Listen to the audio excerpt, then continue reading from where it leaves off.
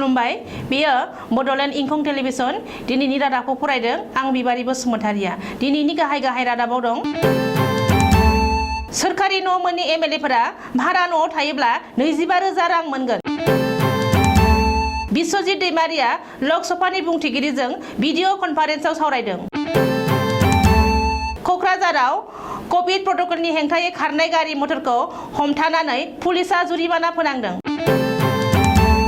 चिरांनि सिडलीआव गोबां बिबांनि साल दंफां थुख्रा पुलिसआ हमदों। अखिल गगैया साबुआ थानानि केसनिफ्राय उदां जाबाय।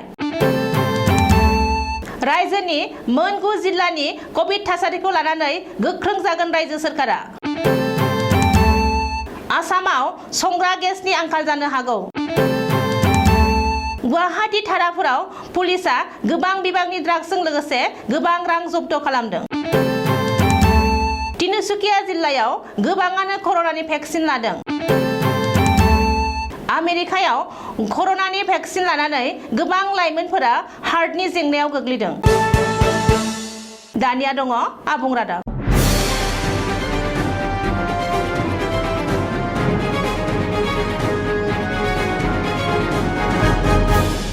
गोदानै सायख'जानाय गोबांसा एमएलएफोरा दासिमबो सोरखारि न' मोनाखै। मख'नो गोनांदि आसाम बिधान सभानि गोदानै सायख'जानाय गोबांसा सोद्रोमाफोरानो दिनैसिमबो सोरखारि न' मोननो हायाखै। जाउनाव गोदान एमएलएफोरा गोबां जेंना जेंगोनाजों मोगा-मोगि जानो गोनां जादों। बेजों लोगोसेनो बे बिथिंखौ लानानै गोबां दान्थे बिदान्थे सोलिगासिनो दङ। ओरैहाय बे समावनो आसाम बिधान सभानि बुंथिगिरि बिस्वजित दैमारिया सोरखारि न' मोननो एमएलएफोरखौ न' भारा लाना थानो सुबुरुन होदों। बबेखानि सोरखारि न' मोननो हायै एमएलएफोरा भारा न' लाना थायोब्ला सोरखारि बिथिंनिफ्राय 25,000 रां होगोन होननानै बिधान सभानि बुंथिगिरि बिस्वजित दैमारिया खौरांगिरिनि सिगाङाव बुंदों। आसाम बिधान सभानि बुंथिगिरि बिस्वजित दैमारिया मंगलबारखालि लकसभानि बुंथिगिरि ओम बिरलाजों भिडिअ कनफारेन्सआव सावरायदों। मख'नो गोनांदि गिख्रंथाव कर'ना भाइरासनि अलखद थासारिनि समाव लकसभानि बुंथिगिरि ओम बिरलाया खुंनाय भिडिअ कनफारेन्सनि मेलाव बिस्वजित दैमारियाबो बाहागो लायो। बबेखानि बे मेलाव ओम बिरलाया रायजो सभानि बारग' एमपि आरो आसाम बिधान सभानि बुंथिगिरि बिस्वजित दैमारिखौ बाख्नायो होननानै मिथिनो हादों।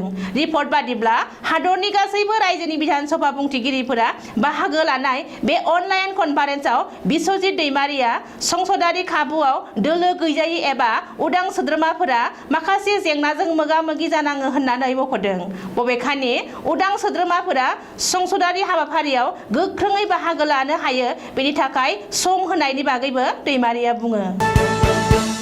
बड'लेण्डनि मिरु सरकार नोगोराव मंगलबारखालि जायफोर गारि मटरफोरा कभिड प्रट'कलनि हेंथायै खारदोंमोन बिसोरखौ लामायाव हमथानानै पुलिसआ जुरिमाना फोनांदों। बेनि अनगायैबो जायफोरा खुगायाव मास्क गानाखै बिसोरनि हेंथायैबो जुरिमाना फोनांदों। मख'नो गोनांदि आथिखालाव क'क्राझार जिल्लायावबो कर'नानि गोहोमा गाज्रियै गोहोम गोग्लैदों आरो दासिमबो मोजांद्राय होनजाया। बेनिखायनो पुलिसआ बयखौबो सांग्रांथि होनायजों लोगोसे बे खामानि एबा हाबाफारिखौ लादों होननानै सुलुङाव मिथिहोदों। चिरां जिल्लायाव सिडली थानानि बेन्दोंआव 31 नं राजा लामायाव सानफ्रोमबोनि बादिनो चेक खालामनानै पुलिसआ गोबां बिबांनि साल दंफां थुख्रा आरो आलुनि बस्ता जब्द खालामनो हादों। पुलिसनि सुलुङाव फोरमायनाय बादिब्ला AS 19 AC 0569 नम्बरनि मिनि ट्राक गंसेयाव कसुगावनिफ्राय बङाइगावसिम साल दंफांनि थुख्राखौ सिङाव जाबनानै गोजौआव एबा बायजोआव आलुनि बस्ताजों खोबथेनानै दोनदोंमोन। आथिखालाव पुलिसआ ट्राक ड्राइभारनि हेंथायै केस रेजिस्टार खालामनानै साल दंफांनि थुख्राखौ काजलगाव हाग्रा बिफाननो गथायबाय होननानै सुलुङाव मिथिहोदों। नंखाय केसआव NIA आ अखिल गगैनि 1.5 बोसोर सम जाबाय। बबेखानि NIA नि नंखाय केसआ आंनि बोसोरसे सम जाबाय होननानै साबुआ थानानि केसनिफ्राय उदां जानायनि उनावनो अखिल गगैया खौरांगिरिनि सिगाङाव बुंदों। नोजोर होनो गोनांदि NIA नि नंखाय केसनि थाखायनो 1.5 बोसोर जोबथेसालियाव थानांबाय शिबसागरनि गोदान MLA अखिल गगैया।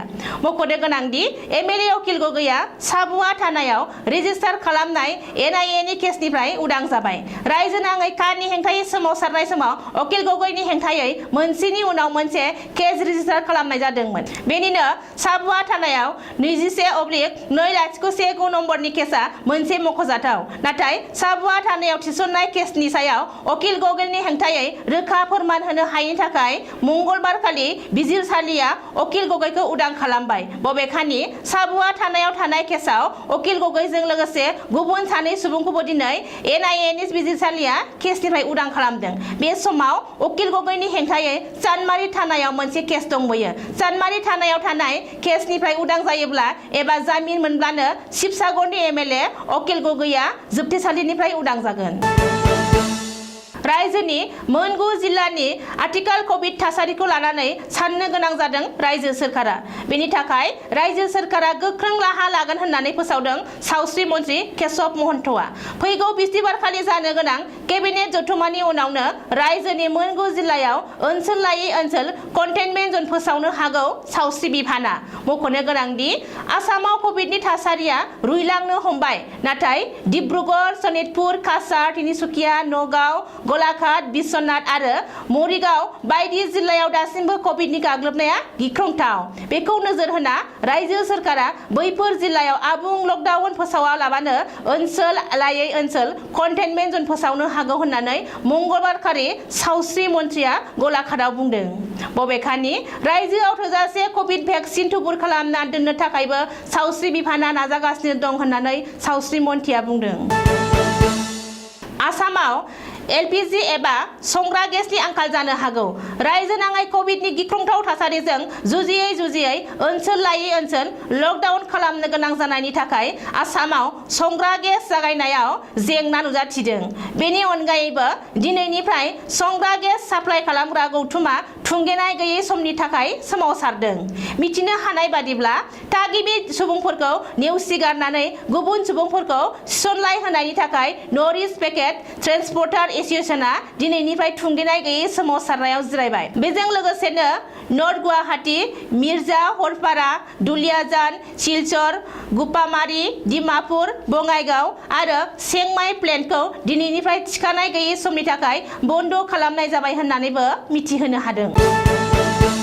गुवाहाटी नोगोरमानि आजारा ओनसोलाव धारापुरनिफ्राय मंगलबारखालि पुलिसआ गोबां बिबांनि ड्राग्स टेब्लेट आरो रां जब्द खालामदों। पुलिसनि सुलुङाव फोरमायनाय बादिब्ला आजारा पुलिस थानानिफ्राय संगालि सुलुंनि हेफाजाबाव धारापुर ओनसोलाव महिदुर इस्लाम मुंनि न'आव रेड खालामदोंमोन आरो रेड खालामनानै 1.5 लाख लुमिनास मुंनि निसा टेब्लेट हमनो हादों, जायनि बेसेना आथिखालाव 2 कौटि रां होननानै फोरमायदों।